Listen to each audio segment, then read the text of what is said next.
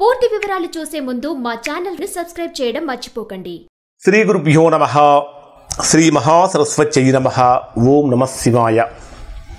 Narayana Sastry astrology channel వీక్షిస్తున్నటువంటి ప్రేక్షక మహాశీలకు స్వాగతం, సుస్వాగతం. ఈరోజు మనము 2025 సంవత్సరం మే 14వ తేదీన దేవగురువైనటువంటి బృహస్పతి మిథున రాశిలో ప్రవేశిస్తాడు. మిథున రాశిలో సంవత్సర కాలం ఉంటాడు. అంటే 2026వ సంవత్సరం జూన్ 2వ తేదీ వరకు మిథున రాశిలో ఉంటాడు. అయితే మధ్యలో ఒక 47 రోజుల పాటు 47-48 రోజుల పాటు అతిచార యోగంతో కర్కాటక రాశిలో అంటే వృశ్చిక రాశి వారికి 9వ స్థానంలో ప్రవేశిస్తాడు. ఇక్కడ దేవగురువు అయినటువంటి బృహస్పతి అష్టమ స్థానంలో సంచరించేటప్పుడు వృశ్చిక రాశి వారికి ఎటువంటి ఫలితాలు పొందుతారు అనేటటువంటి విషయం తెలుసుకుందాం. జనరల్గా చూస్తే మానవ జీవితంలో మానవులకు కావలసినటువంటి సమస్తమైన సుఖాలు, సంతోషాలు, భోగాలు, భాగ్యాలు, ఆనందాలు అన్నిటికీ ప్రధాన కారక గ్రహం ఏమిటి అంటే గురుడు. ఈ గురుడు శుభస్థానాలలో కనుక ఉంటే శుభ ఫలితాన్ని ఇస్తాడు, పాపస్థానాలలో కనుక ఉంటే పాప ఫలితాన్ని ఇస్తాడు. గురుడు సహజ శుభగ్రహం, సహజ ధనకారకుడు కూడా.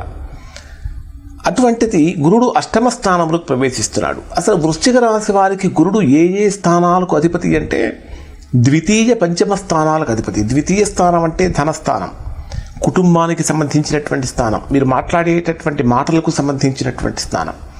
పంచమ స్థానం అంటే సంతానానికి, విద్యకు, క్రియేటివిటీకి మొదలైనటువంటి వాటికి సంబంధించినటువంటి స్థానం. ఎప్పుడైతే ద్వితీయ పంచమ స్థానాధిపతి అయినటువంటి గురుడు మీ జన్మరాశికి అష్టమ స్థానంలో సంచరిస్తున్నాడో వృశ్చిక రాశి వారికి సమస్యలు కొద్దిగా మొదలవుతాయి. అసలు అష్టమ స్థానం అనేటటువంటిది దేనిని సూచిస్తుందంటే అష్టమ స్థానం అనేది ఆయుష్కు సంబంధించినటువంటి స్థానం. అంటే ఆయుష్కు, ఆరోగ్యానికి, ఆకస్మికమైన ఖర్చులకు, నష్టాలకు, ప్రమాదాలకు, ధన నష్టానికి, ఆకస్మికమైనటువంటి ధన లాభాలకు కూడా ఇదే సూచిస్తుంది. అలానే వివాహ జీవితంలో సమస్యలకు కూడా అష్టమ స్థానమే కారణమవుతుంది.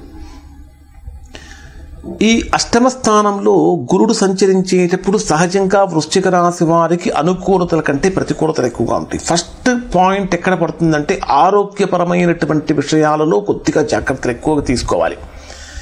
ఈ అష్టమ స్థానంలో గురుడు యొక్క సంచారం జరుగుతున్నప్పుడు ఏముంటుందంటే ఆర్థికపరమైనటువంటి విషయాలలో ఇబ్బందులు కలుగుతూ ఉంటాయి.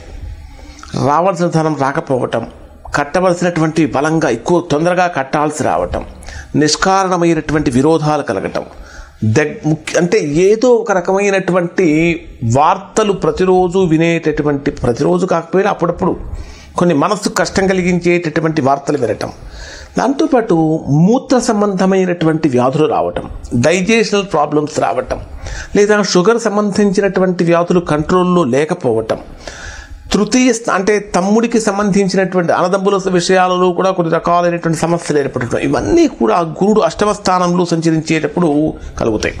అష్టమ స్థానంలో గురుడు కనుక సంచరిస్తూ ఉంటే కుటుంబ కలహాలు కూడా పెరుగుతాయి. భార్యాభర్తల మధ్య అన్యోన్యత పెరగటం, అన్యోన్యత తగ్గిపోవటం, అంటే మిస్అండర్స్టాండింగ్స్ పెరిగిపోవటం జరుగుతూ ఉంటాయి. ఒక రకంగా చెప్పాలంటే వృశ్చిక రాశి వారు దయచేసి భయపడకండి, బాధపడకండి. ఎందుకంటే గోచార రీత్యా ఎలా ఉండబోతుంది, ఇటువంటి ప్రతికూలతలు జరగకుండా ఉండాలంటే మనం ఏం చేయాలో కూడా చెప్తాను. అష్టమ స్థానంలో అష్టమ స్థానంలో ఉన్నప్పుడు సహజంగా ఈ వ్యాపారపరమైనటువంటి నష్టాలు కానీ, ఉద్యోగపరమైనటువంటి ప్రతికూలతలు కానీ, ఆర్థికంగా కొంచెం అత్యాశ పెరిగిపోవటం, ఉన్నదాన్ని ఎక్కువగా పెట్టడం అనేది అంటే వేరే వాటిలో ఇన్వెస్ట్ చేయటం, అవి నష్టపోవటం, ఇట్లాంటివి జరుగుతుంటాయి. కానీ అష్టమంలో సంచరించే గురుడు ఒక లాభాన్ని కూడా ఇస్తాడు. వీళ్ళకి లాటరీల ద్వారా లాభం కలిగించే అవకాశాన్ని కూడా అష్టమ స్థానంలో సంచరించేటటువంటి గురుడు వల్ల కలుగుతుంది. కానీ అష్టమంలో సంచరించేటటువంటి గురుడికి అంటే గురుడు సహజంగా ఏ స్థానంలో ఉన్నప్పటికీ తానున్న స్థానం నుంచి 3 స్థానాలను చూడగలుగుతాడు. గురుడు తానున్న స్థానం నుంచి 5, 7, 9 స్థానాలు చూడగలుగుతాడు. 5వ స్థానం అంటే వృశ్చిక రాశి వారికి ఏమవుతుంది, 12వ స్థానం అవుతుంది.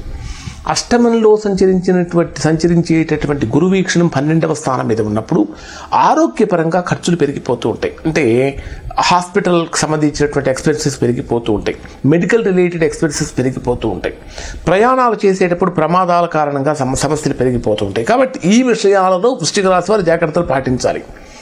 అలానే ఇక్కడ ఇంకొకటి వృశ్చిక రాశి వారికి ఈ గురు వీక్షణం ఎక్కడ ఉంటుందంటే మీ రాశికి 2వ స్థానం మీద ఉంటుంది. 2వ స్థానం మీద ఉన్నటువంటి కారణం చేతనే లాటరీస్లో కానీ వీటిలో కానీ అనుకూలత పెరగటం, మాట్లాడేటటువంటి మాట కొంచెం కంట్రోల్ తప్పటం, పై అధికారులతో సమస్యలు పెరిగిపోవటం, కుటుంబపరమైనటువంటి విషయాల్లో చిన్న చిన్న ఇబ్బందులు కలగటం, ఇవన్నీ కూడా జరుగుతూ ఉంటాయి. వీటికి సంబంధించినటువంటి రెమెడీ ఏంటో తెలియజేస్తాను. తర్వాత ఈ అష్టమ స్థానంలో సంచరించేటటువంటి గురుడు యొక్క 9వ వీక్షణం మీ రాశికి 4వ స్థానం మీద ఉంటుంది, అంటే 4వ స్థానం మీద. 4వ స్థానం తల్లికి సంబంధించినటువంటి స్థానం, మాతృస్థానం. కాబట్టి తల్లి యొక్క ఆరోగ్యపరమైన విషయాల్లో జాగ్రత్తగా ఉండటం, స్థిరాస్తుల కోసం చేసే ప్రయత్నాలు ఫలించడం, విద్యా సంబంధమైనటువంటి విషయాలు అనుకూలంగా మారటం, చేసినటువంటి కృషికి తగినటువంటి ఫలితాన్ని పొందడం, ఇవన్నీ కూడా గురుడు వల్ల జరుగుతూ ఉంటాయి. అయితే ఇక్కడ వృశ్చిక రాశి వారికి నెగిటివ్ కొంచెం ఎక్కువగా ఉంది కాబట్టి నేను ఎక్కువ నెగిటివ్స్ చెప్పట్లేదు, అంటే కొద్దిగా చెప్పేసి క్లుప్తంగా ముగిస్తున్నాను దీన్ని. బట్ ఎక్కువ డిఫికల్టీస్ ఉన్నాయి అనుకున్నప్పుడు మనం డిఫికల్టీస్ గురించి ఎక్కువగా డిస్కస్ చేసుకుని మనల్ని మనం భయపెట్టుకోకూడదు. ప్రతిదానికి ప్రతి సమస్యకి సొల్యూషన్ ఉంటుంది కదా. అలానే ఈ ప్రతికూలత తొలగిపోవాలంటే ఖచ్చితంగా వృశ్చిక రాశిలో జన్మించినటువంటి వారు ప్రతిరోజు స్నానం చేసేటప్పుడు నీళ్లలో ఒక చిటికెడు పసుపు వేసుకొని కనుక స్నానం చేసినట్లయితే గురుబలం పెరుగుతుంది, వ్యాధులు తగ్గిపోతాయి, ఆరోగ్యం మెరుగుపడుతుంది. అలానే గురువారం రోజున ఖచ్చితంగా ఉపవాస నియమాన్ని పాటించడం అనేటటువంటిది వృశ్చిక రాశి వారికి ప్రధానంగా చెప్పదగినటువంటి సూచన. అలానే వృశ్చిక రాశిలో జన్మించినటువంటి వారు గురుబలం కనుక పెరగాలంటే ఖచ్చితంగా దక్షిణామూర్తి స్తోత్ర పారాయణ చేయటం అనేటటువంటిది చాలా మంచిది. 16 సంవత్సరాలు ఉన్నటువంటి పిల్లలకు, ఆడపిల్లలకు ముఖ్యంగా వస్త్రాలు కానీ లేదా స్వీట్స్ కానీ గురువారం రోజున పంచిపెట్టడం వలన వీరికి చక్కగా గురుబలం పెరుగుతుంది. సాధువులను, సన్యాసులను, గురువులను లేదా తల్లిదండ్రులను, విద్య నేర్పినటువంటి గురువులను, మఠాధిపతులను, పీఠాధిపతులను, ఇట్లాంటి సద్బ్రాహ్మణులను, వేదం చదువుకున్నటువంటి వ్యక్తులను వారికి శుశ్రూష చేయటం వలన కూడా ఈ వృశ్చిక రాశిలో జన్మించినటువంటి వారికి గురుబలం పెరుగుతుంది. గురుబలం పెరిగితే ఇప్పుడు చెప్పుకున్నటువంటి డిఫికల్టీస్ అన్నీ తగ్గుతాయి, గురుబలం తగ్గితే ఇప్పుడు చెప్పుకున్నటువంటి డిఫికల్టీస్ అన్నీ పెరుగుతాయి. కాబట్టి గురుబలాన్ని పెంచుకోవాలి. ఇవన్నీ నేను చేయలేకపోతున్నానండి, చాలా కష్టంగా ఉందనుకుంటారా?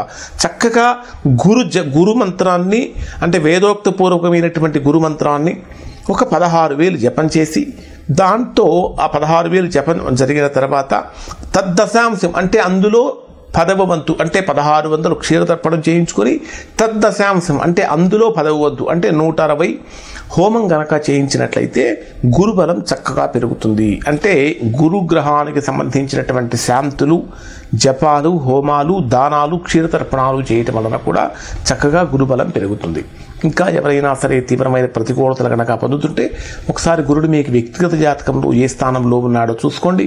దానికి తగిన విధంగా ఒకసారి ఆ జాతక పరిశీలన చేయించుకొని దోషం ఎక్కడుందో తెలుసుకుని దోష నివారణ చేయించుకుంటే సత్ఫలితాన్ని పొందుతారు. ఇవి వృశ్చిక రాశి వారికి గురుడు వల్ల కలిగే ఫలితాలు. శుభం.